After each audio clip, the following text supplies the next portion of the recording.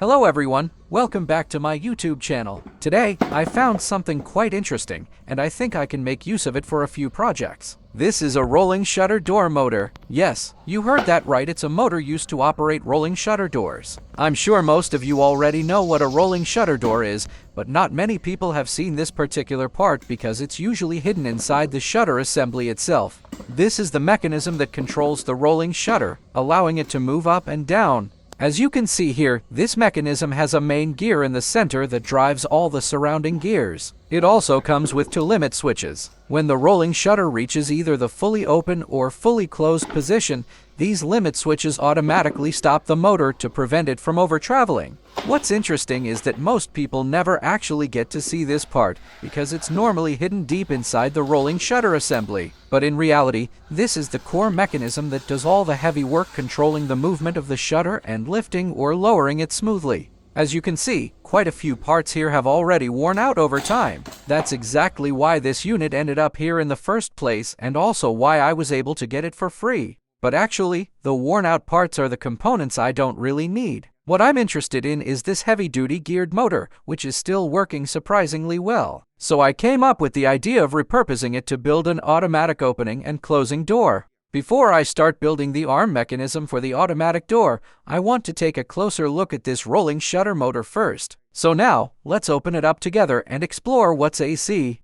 As you can see here, there are two carbon brushes. These contacts allow the motor to rotate continuously without twisting the wires. The brushes stay connected to the two copper rings underneath, and as the motor spins, the contacts simply slide along the rings. This design prevents the wires from getting tangled or snapped while still allowing electricity to pass through smoothly without interruption. Around it, we have a set of planetary gears that further reduce the motor's speed and greatly increase the torque. That's exactly why this compact mechanism is able to produce so much power despite its small size. However, one weakness of this design is that these shafts slide directly against each other, which creates quite a bit of wear over time since there are no ball bearings inside to reduce friction.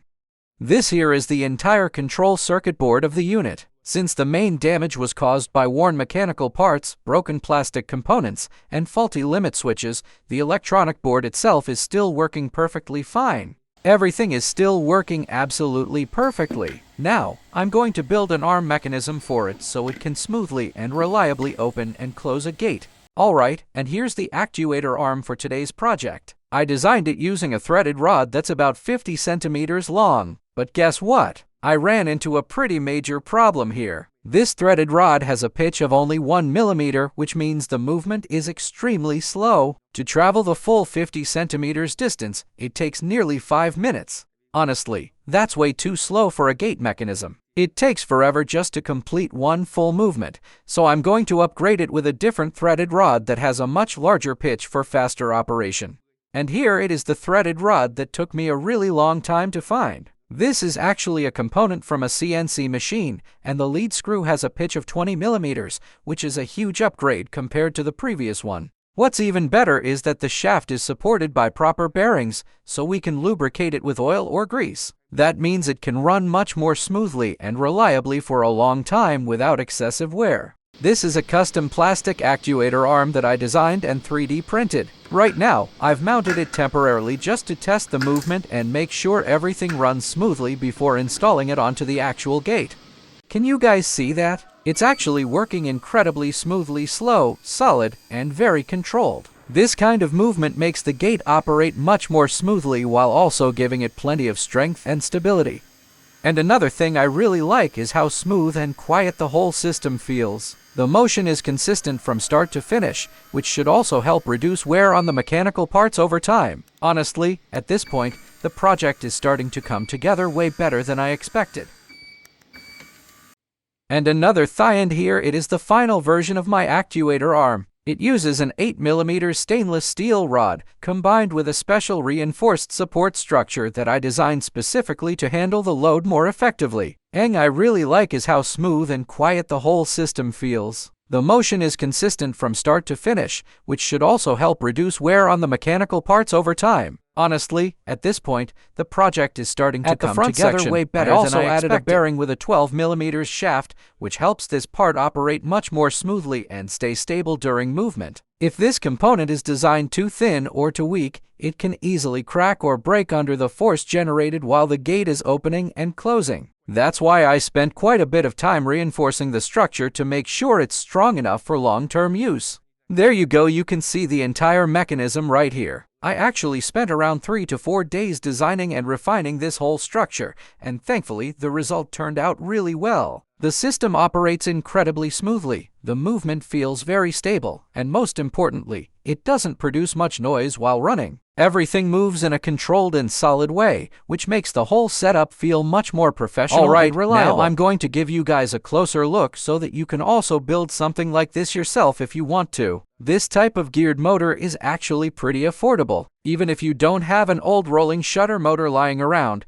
you can still buy one online for a reasonable price. All you really need is a geared motor and a lead screw with a 20mm pitch, and you can build a very solid automatic gate mechanism. Up here at the front, I'm using 2 long 10mm steel rods driven directly into the gate pillar. The purpose is to make this hinge section as strong and rigid as possible. That's because when the arm pushes and pulls the gate, a huge amount of force is concentrated right here. If this section isn't reinforced properly, it can loosen, bend, or even break over time. So my advice is, make this area as sturdy and reinforced as you can. Alright guys, so that's the complete automatic gate project using a recycled rolling shutter motor. Honestly, I'm really happy with how this build turned out. From an old discarded mechanism, we were able to transform it into a smooth, powerful, and fully functional automatic gate system. What I like most about this project is that it doesn't require overly expensive parts, but with a bit of creativity, design work, and patience, we can still create something that works surprisingly well. And of course, there are still many things that I can continue improving and upgrading in the future.